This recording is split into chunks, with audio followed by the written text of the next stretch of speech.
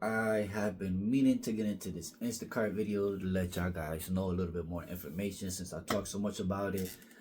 That's what I do every day for the most part, and I've been saying that I'm going to give you guys more information. So here we go. Check in the description. I will put in a referral code that you can use to help you jump into the game.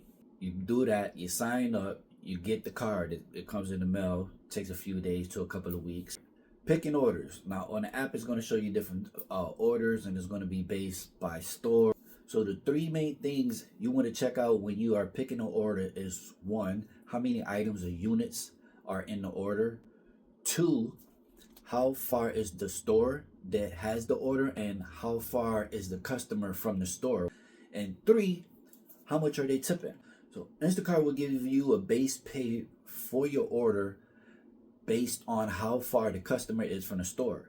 So regardless if the customer has 10 items or 50 items, majority of the time that base pay could be $4 to $5 if they're within a couple of miles or a few miles, under 5 miles to the store.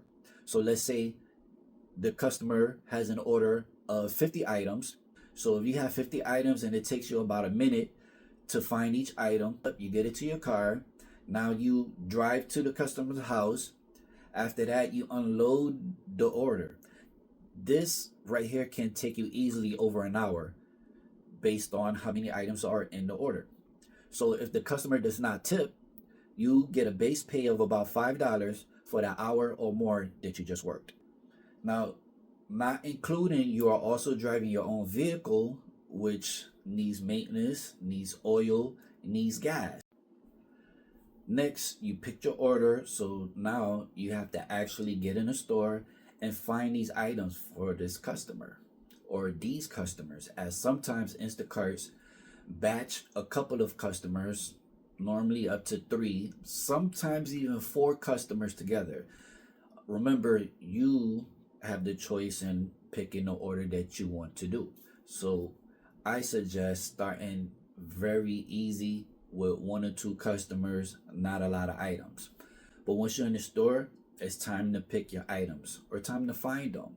Sometimes that could be easy, sometimes that's hard. So now you're looking for your items. Please and always pick quality items. It affects you in the long run. Always try to find fresh items. Check the dates as much as possible. And just think about it. Would you like that item? If not, even if this one, even if you think it's going to help your tip, don't do it because it hurts you in the long run. Okay, now it's time to check out. Sometimes it's a good idea to sort out your items and make sure that you have your items in place. Make sure that you haven't put anything extra in the cart.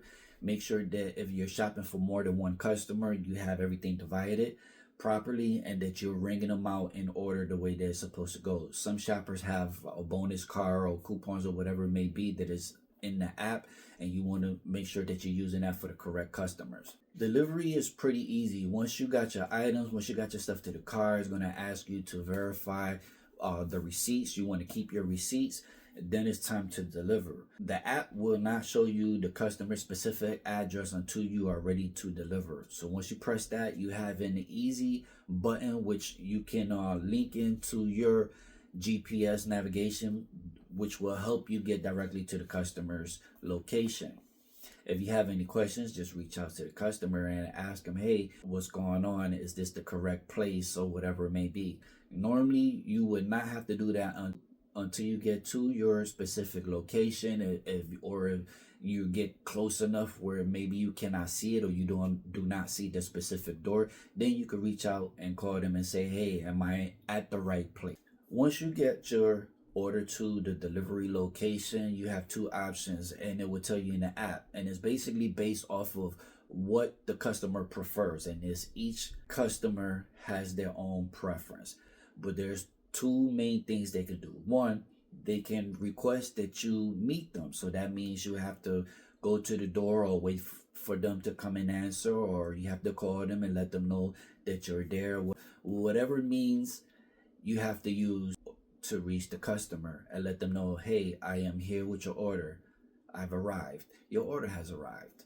Whatever that you have to say, always be polite and professional. The second option would be if the customer prefers if you just leave it at the door or whatever specific spot that they ask you to leave it at. In that case, just leave it nice and neatly wherever possible or wherever they suggest that you leave it at, and make sure that you take a picture afterwards. The reason that I say that picking quality items and being professional throughout the whole process is important because you are rated as well. You can also rate the customer if you have a bad experience delivering or communicating or whatever it may be with that specific customer in the order. You can rate them a thumbs down and add specifically what it is that you did not like about that order or that customer. A lot of times customers are great, not a lot of issues.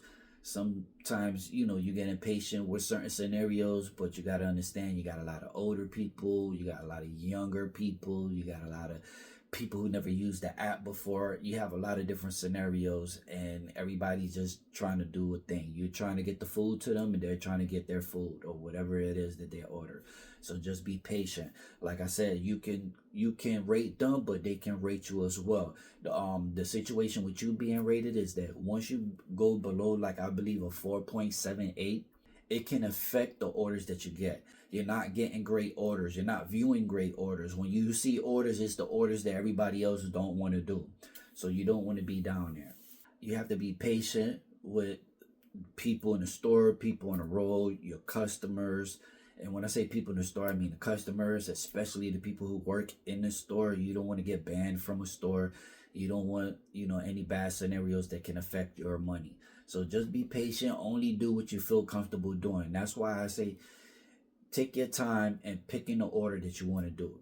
Don't try to chase an order just because you see a big number or a big tip behind it. And let's say you take that big tip order and you're not able to handle that order correctly, or you're gonna have problems finding the items in the order. It's too many items that don't fit in your car or whatever it may be. There's a lot of different scenarios that happen out there. So only do what you're comfortable with and take your time.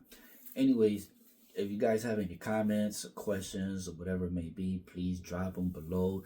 And please like, share, and subscribe. I'll holla at you later. Peace.